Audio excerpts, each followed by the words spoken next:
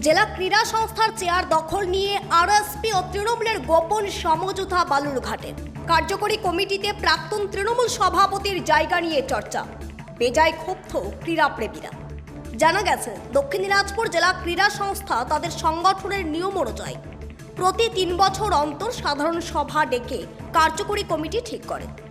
গত শনিবার ছিল সেই সাধারণ সভার নির্ধারিত দিন, যেখানে 22 জনের একটি কার্যকরী কমিটি গঠনকে ঘিরেই শুরু হয় বিতর্ক। ঘটনা নিয়ে প্রকাশ্যে ক্ষোভ উগরে দেন সদস্যদের অনেকেই। শুধু তাই নয়, আয় ব্যয়ের অনিয়ম নিয়েও সোচ্চার হতে দেখা যায় তাদের, যা প্রকাশ্যে আসতেই রীতিমতো হইচই পরিস্থিতি তৈরি হয়েছে গোটা দক্ষিণ দিনাজপুরে। আর জানিয়েই চরম ক্ষোভ উগরে দিয়েছেন দক্ষিণ দিনাজপুর জেলা ক্রীড়া সংস্থার অধীনস্থ ক্রীড়া প্রতিষ্ঠানগুলির সক্রিয় সদস্যরা। তাদের অভিযোগ, প্রায় 15 বছরেরও বেশি সময় ধরে জেলার প্রকৃত খেলোয়াড় বা খেলার সংগঠনের সাথে যুক্ত ব্যক্তিদের কোনো সদস্য পদ দেয়নি জেলা ক্রীড়া সংস্থা। বারবার লিখিত আবেদনের পরেও মেলেনি সেই সদস্য পদ। কিন্তু আচমকা এক তৃণমূল নেতা কিভাবে সরাসরি কার্যকরী কমিটিতে যোগদান করলো তা নিয়েই প্রশ্ন তুলেছেন অনেকে। যদিও এর কারণ হিসাবে সদস্যদের একাংশ তৃণমূল ও আরএসপির সমঝোতা সূত্রকেই সামনে এনেছেন। তাদের দাবি, ওই দুই দলের একাংশ নেতৃত্বরা গোপনে মিটিং করে একটা সমঝোতা করেই ওই কমিটি গঠন করেছে। যদিও সেই যুক্তি উড়িয়ে দিয়েছেন জেলা ক্রীড়া সংস্থার সম্পাদক অমিতাভ ঘোষ। তার দাবি, সংগঠনের সুনির্দিষ্ট নিয়ম মেনেই ওই কার্যকরী কমিটি গঠন হয়েছে। যদিও সংস্থার সম্পাদকের সেই যুক্তি উড়িয়ে দিয়েছেন সেখানকারই এক সদস্য। তার দাবি, মিটিংয়ের আগেই তৃণমূল ও আরএসপির সেটিং করে তাদের লোকজন দিয়ে ওই কমিটি সাজিয়ে নিয়ে এসেছেন। সাধারণ সভার শুরু থেকেই যার প্রতিবাদে সরব হয়েছেন তিনি। জেলা ক্রীড়া সংস্থার কার্যকরী কমিটিতে প্রকৃত খেলোয়াড় বা খেলার সাথে ওতপ্রোতভাবে যুক্ত ব্যক্তিদের ব্রাত্য রেখে কেন রাজনৈতিক নেতৃত্বদের প্রাধান্য দেওয়া হচ্ছে তা নিয়েই প্রশ্ন তুলেছেন অনেকেই। জেলা ক্রীড়া সংস্থার এক সদস্য অরিজিৎ মহন্ত জানিয়েছেন, যদি কমিটি যদি না করে আমি ভাই গেটের তালা হয়ে দেবো ভাই, যা হবে হবে। কারণ আমি শুরুতে ইয়া হয় নাই, প্যানেল পাস হয় নাই। প্যানেল বন্ধ করে দিচ্ছে, তাহলে কি করে পাস করলো বলতো? আমি বললাম ভিডিও ফুটে হচ্ছে। আচ্ছা, ভিডিও ওরা ঘরে বসে বসে তো এখন ঘরে বসে বসে প্যানেল পাস করবে, তাহলে তো হবে না। আমি এই জন্য ভাই এটা নিয়ে ছাড়বো না ভাই, আমি যতদূর পারি লড়বো ভাই, সেটা মিলে না। তাহলে কি তৃণমূল এখন আরএসপি আর তৃণমূল কি একখানে হয়ে গেছে? একখানে আমি বলছি আমি ওরা আর তৃণমূলের কাছে বিক্রি হয়ে গেলি সবার। জেলা ক্রীড়া সংস্থার সম্পাদক অমিতাভ ঘোষ বলেন, এসব অভিযোগ ভিত্তিহীন। সংগঠনের সম্পূর্ণ নিয়ম মেনে সাধারণ সভা ডেকে কমিটি গঠন করা হয়েছে। অবৈধভাবে বলতে কমিটির ফুল কমিটি হয়নি, প্রেসিডেন্ট মণ্ডলীটা হয়েছে। তার মধ্যে সংবিধান অনুযায়ী যেটা আছে, আমাদের একজন ওয়ার্কিং প্রেসিডেন্ট এবং 4 জন ভাইস প্রেসিডেন্ট, সেটাই হয়েছে। এইবার ডিএম সাহেব ছিলেন না, উনি আসবেন। উনি আসার পরে উনি মিটিং কল করে বাদবাকি কমিটি ফরমেশন হবে। এটাই আমাদের সংবিধানের সিস্টেম। যে অভিযোগটা তোলা হচ্ছে যে আয় ব্যয়ের যে হিসাব সেখানে সম্পূর্ণভাবে অন্ধকারে রাখা হয়েছে এবং প্রচুর পরিমাণে দুর্নীতি রয়েছে।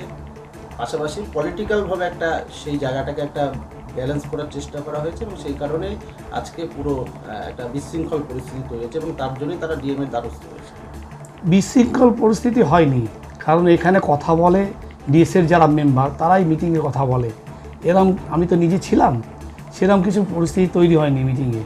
এবং আয় ব্যয়ের হিসাব সম্বন্ধে যেটা আছে সেটা ওপেন টু অল হয়েছে। এবং আমাদের যে একটা করে যে মানে বই পুস্তিকা আমরা প্রকাশ করেছি সারা বছরের কাজকর্ম, এবং আমাদের ট্রেজারার সেইটা বিশ্লেষণ করে বলেছে এবং সেইটা ওর মধ্যেই দেওয়া আছে। যদি কারো কোনো ওই ব্যাপারে সন্দেহ থাকতো ওখানেই বলতে পারতেন, তাহলে ওইখানেই উত্তরটা দেওয়া যেত। কারণ যেভাবে ওনারা প্রশ্ন করেছেন সেইভাবে প্রতিবেদনের উপরে এবং হিসাবের ব্যাপারে সেইভাবে সব উত্তর দেওয়া হয়েছে এবং ট্রেজারারও সেইভাবে হিসাব দিয়েছে। স্পেসিফিক যে অভিযোগ উঠছে যে দীর্ঘ 15 বছর ধরে সদস্য সংখ্যা ডিএস এর সদস্যর পদ হয়নি, অথচ দুজন কোনো রাজনৈতিক দলের তরফ থেকে তাদেরকে সেখানে সদস্য করা হয়েছে, সদস্য না হতে এক্সিকিউটিভ কমিটিতে আনা হয়েছে। এই দুজনের বিরুদ্ধে স্পেসিফিক অভিযোগ উঠেছে, বিষয়টা কিভাবে সম্ভব? দেখুন, এইটা কিন্তু যারা বলছে তারা ঠিকভাবে বলেনি, কারণ সংবিধানে একটা সিস্টেম আছে যে এখানে ক্লাব প্রতিনিধি হয়ে আসে 5 জন। সেই ক্লাব, যে ক্লাব থেকে আসবে সেই ক্লাব থেকে মনোনীত করবে কে যাবে, তারা সেইভাবে পাঠাবে নাম, সেই হিসাবে আসে। এইখানে ক্লাবের ব্যাপার, তারা কাকে পাঠাচ্ছে না পাঠাচ্ছে সেখানে তাদের ব্যাপার। সেই ক্লাবটাকে অ্যাফিলিয়েটেড ইউনিট হতে হবে ডিএসের, এইভাবে আসে। না, এরকম বহু ক্রিকেট সংস্থা বা ফুটবল সংস্থা তারা 2 বছর 2.5 বছর আগে সদস্য পদের জন্য অ্যাপ্লিকেশন দিয়েছে ডিএসএ-কে, তারা সদস্য পদ পেল না, অথচ কোনো রাজনৈতিক ব্যক্তিত্ব সেখানে এন্ট্রি হয়ে গেল, সেটা নিয়ে তারা প্রশ্ন তুলেছে। না, এটা তারা ঠিক সঠিকভাবে জানে না, কারণ তাদের সদস্যপদ দেওয়া হয়নি। তারা কমিটির মধ্যে ঢুকলেও তারা ক্লাব রিপ্রেজেন্টেটিভ হয়ে সেখানে ঢুকেছে এবং তারা সদস্যপদ পাবে না। সিস্টেমটা এই, তারা যে অভিযোগ তুলছে সেটা সম্পূর্ণ ভিত্তিহীন। কারণ এখানে ক্লিয়ার সব সিস্টেম আছে, প্রয়োজন পড়লে তারা বাইলস দেখতে পারে। এবং সংবিধানে আমাদের আছে যে আমরা ক্লাব প্রতিনিধি 5 জন থাকবে, তাদের হয়ে এসছেন, সেটা আমাদের ব্যাপার না, আমরা সেটা আমাদের হাত নেই, কারণ সেটা আসে সেই ক্লাবের হয়ে। সেই ক্লাব যাকে নির্বাচিত করবে সেই থাকবে, কারণ সেই ক্লাব মনে করেছে তারা থাকবে।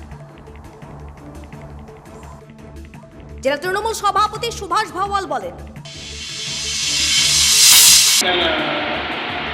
আমি এই সংবাদ আপনাদের কাছে প্রথম শুনলাম। এইরকম সমঝোতার তো কোনো প্রশ্নই না, শূন্যের সঙ্গে আমার সমঝোতা গেছে। কোনো রকম সমঝোতায় আমরা বিশ্বাসী নই। যদি কেউ করে থাকে সেটা তার নিজের ব্যক্তিগত ব্যাপার, আমরা খোঁজ নিচ্ছি এবং যদি এরকম ঘটনা ঘটে থাকে তাহলে দল অবশ্যই ব্যবস্থা নেবে। আরএসপির সাথে এ ধরনের সমঝোতায় কি দলের মদত রয়েছে? কারণ অসম্ভব। আরএসপি, সিপিএম এর, বিজেপির সঙ্গে আমাদের কোনো রকম কোনো সমঝোতা নাই এবং দলের কোনো অংশ কোনোভাবেই যদি এই ঘটনার সঙ্গে যুক্ত থাকে তাহলে দল তদন্ত করে একদম উপযুক্ত ব্যবস্থা নেবে। এটা কোনোভাবেই দলের কোনো সাধারণ কর্মী সমর্থক থেকে শুরু করে নেতৃত্ব কোনোভাবেই এটাকে অনুমোদন করে, আমরা কোনোভাবে এটা মানি না। মনে হচ্ছে না যে তারা কিছু তাহলে অন্য কোনো পরিকল্পনা নিয়ে চলছে? হতে পারে, দল বড় হয়েছে, দলে অনেক মানুষ আছে যারা দলটাকে শুধুমাত্র তাদের রুজি ব্যবসা বলে পরিণত করছে। তাদের মতো লোক হতে পারে যারা গত লোকসভাতেও আমরা দেখলাম দলের একাংশের বিরুদ্ধে বিরোধী দলের সঙ্গে হাত নিয়ে দলকে হারালো। এরকম কিছু অংশের মানুষ যদি করে থাকে এবং সেটা যদি আমাদের কাছে প্রমাণ সাপেক্ষ হয় তাহলে আমরা তীব্রতর থেকে তীব্রতর ব্যবস্থা নিব এবং আজই আমরা রাজ্য নেতৃত্বকে বিষয়টা জানাচ্ছি। খোঁজ নিয়ে দেখি তাদের কী নির্দেশ আছে। দল এটা কোনোভাবে রিয়াক্ট করবে না যে তৃণমূল কংগ্রেস, আরএসপি বা বিজেপি বা সিপিএম এদের কারোর সঙ্গে কোনো সমঝোতা আমরা বিশ্বাসী। আরএসপির জেলা সম্পাদক সুচেতা বিশ্বাস বলেন, বিষয়টা আপনারা কিভাবে দেখছেন? প্রথম কথা, এটা ডাইরেক্ট আরএসপি ওটাকে দেখাশোনা করে না। আরএসপির কিছু নেতৃত্ব ওখানে আছে, কিছু নেতৃত্ব তারা খালেদা জাভেদের সঙ্গে যারা ছিল তারা ওখানে আছে। এইবার সেই দিন পার্টির পক্ষ থেকে আরএসপির সঙ্গে তৃণমূলের কোনো সমঝোতা হয়নি। হ্যাঁ, এটা আমি পরিষ্কার, পার্টি আর তৃণমূলের সঙ্গে কোনো কথা বলেনি, আর পার্টি এর মধ্যে নেই। কেউ ব্যক্তিগতভাবে কেউ কিছু করলে আমি বলতে পারবো না, কিন্তু পার্টি এর মধ্যে নেই। ঠিক ঠিক দিদি। দক্ষিণ দিনাজপুর থেকে সীমান্তের কথার বিশেষ রিপোর্ট।